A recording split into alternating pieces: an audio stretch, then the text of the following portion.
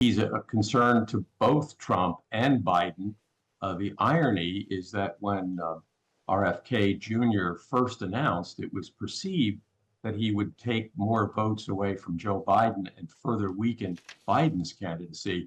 But as you comment, Trump has now turned on the offense against RFK Jr. because it appears from the most recent polling that RFK Jr., who is a conspiracy theorist and a kind of I must say, a weirdo or a wacko, seems to be appealing to more Trump voters than to Biden voters. What a day it has been in New York. Donald Trump's longtime lawyer and personal fixer is testifying against the former president at his hush money trial.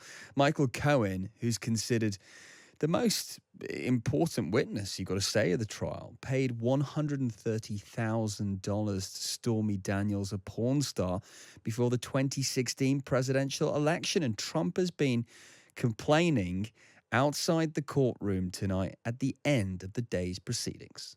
We have a corrupt judge, and we have a judge who's highly conflicted, and he's keeping me from campaigning. He's an appointed New York judge. He's appointed. You know who appointed him? Democrat politicians. He's appointed. He's a corrupt judge, and he's a conflicted judge, and he ought to let us go out and campaign and get rid of this scam. Well, I'm listening to all that.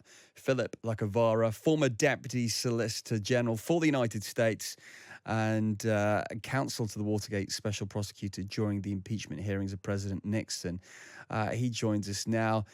Philip, gosh, when you listen to that, I mean, can he just get away with talking like that about the judge? Is there not any, recourse for that type of language? Well, he's been engaging in that kind of bombast almost every day during the trial. He's subject to a gag order, but it allows him to criticize the judge as brutally as he has been doing almost every day.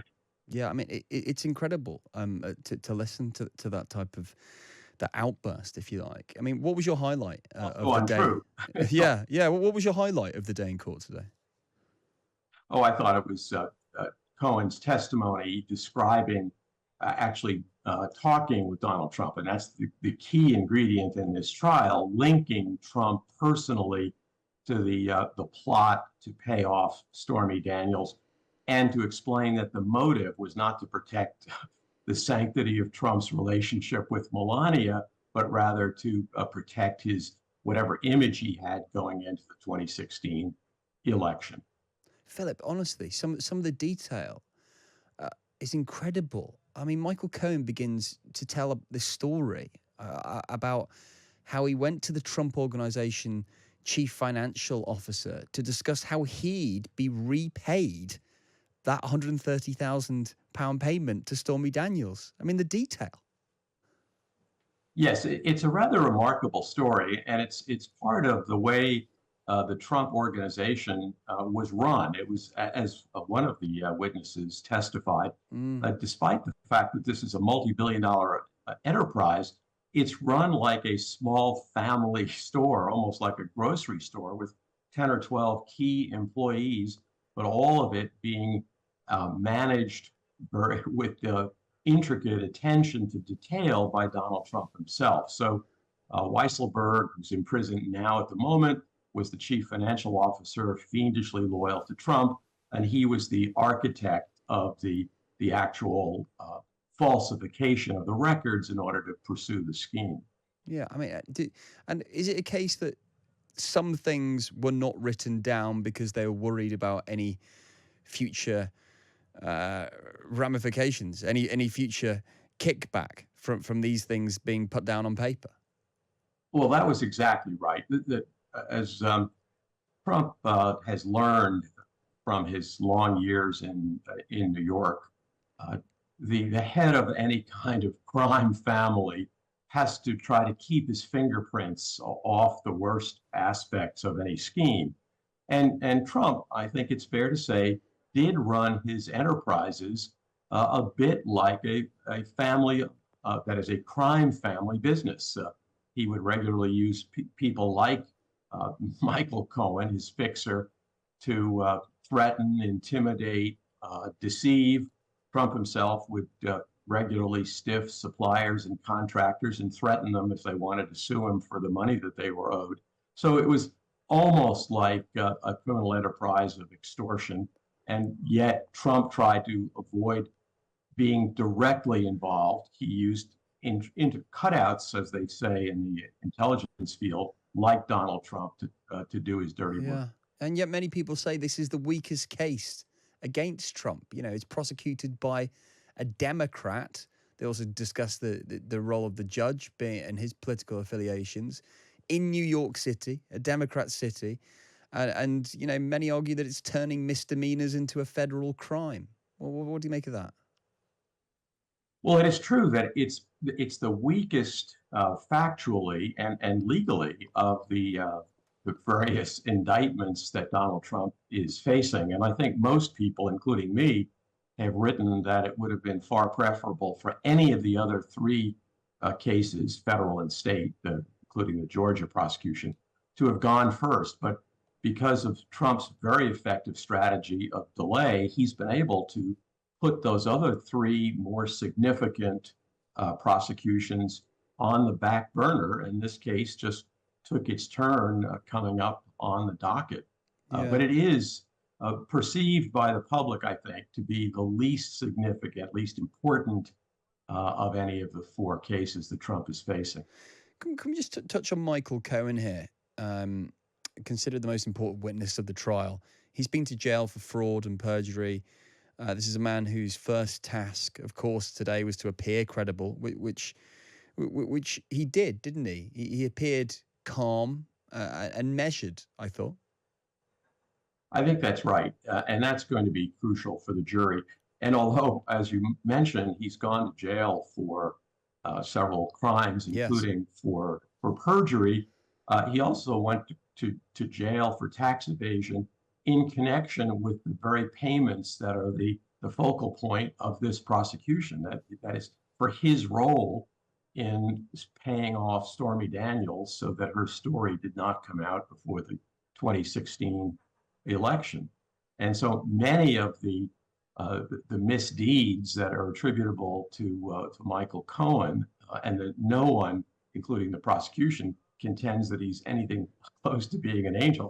Most of these were done on behalf of Donald Trump, and I think that point will get across to the jury. Philip, we're getting lots of questions in for you as we're live on air around the world tonight. But I mean, just this one coming in from Ken in Clerkenwell in London, who talks about how a major Trump critic has today described this as a politically motivated trial, highly political motivated. Is that fair? I don't think it's fair. I think the fact that it's brought by a Democratic prosecutor simply reflects the demographics of the city of New York, where Donald Trump has spent his entire life until he relocated recently to Florida to his mansion at Mar-a-Lago. Donald Trump grew up and made his fortune in New York. So it's hardly a surprise that in a city that is largely Democratic, the prosecutor would be an elected Democrat. But the jury that will be judging him is a nonpartisan jury, and that will be the organization that determines whether or not these charges are sustained. Yeah, it was difficult, wasn't it, to get a jury as well. I just want to talk to you about something else for a moment. Cohen's testimony, of course, comes at a time of growing political uncertainty for Donald Trump. He's increasingly taking aim against the independent presidential candidate, Robert F. Kennedy Jr. Trump's accused Kennedy Jr. of being the most left-wing of all the U.S. presidential candidates. As recent polls show, the independent threatens Trump's campaign. How much of a concern is Robert F. Kennedy Jr., Philip? I think he's a concern to both Trump and Biden.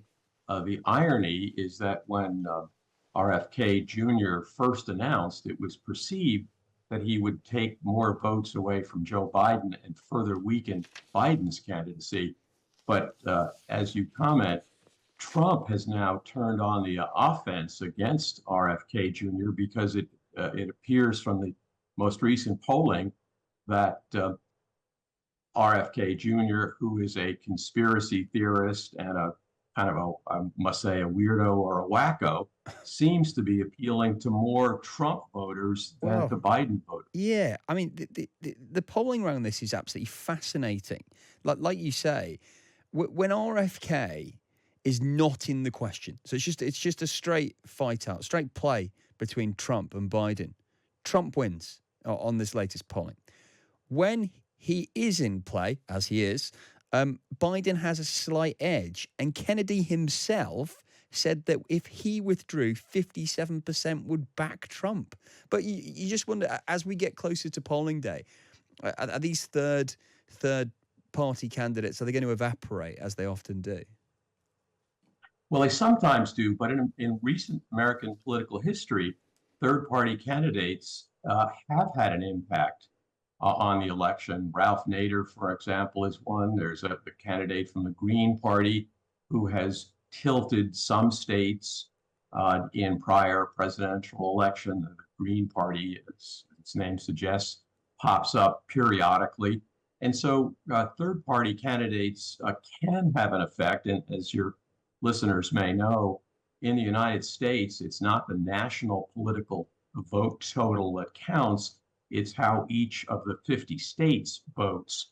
And in some states that are otherwise closer than others, a relatively small impact from a third party candidate can make the difference. And that's what Donald Trump, I think, is now getting exercised about. Philip, thank you so much. I really enjoy speaking to you. And please come on again soon. You will. Glad to. Philip Lacovara there. He's the former Deputy Solicitor General for the United States and counsel to the Watergate Special Prosecutor. Joining us today, he's been watching the court case that's been going on in New York very closely, and we've been getting his analysis over the last few days. So it's really good to take on day by day as what goes on there. But a lot of takeaways, weren't there, from that? You know, potentially the weakest case for Trump, prosecuted by a Democrat in New York City, and the argument that this is a politically motivated trial, which Philip said was unfair because, you know, the jury are independent. But you know, there's plenty more trials to come before November the 5th for the US general election.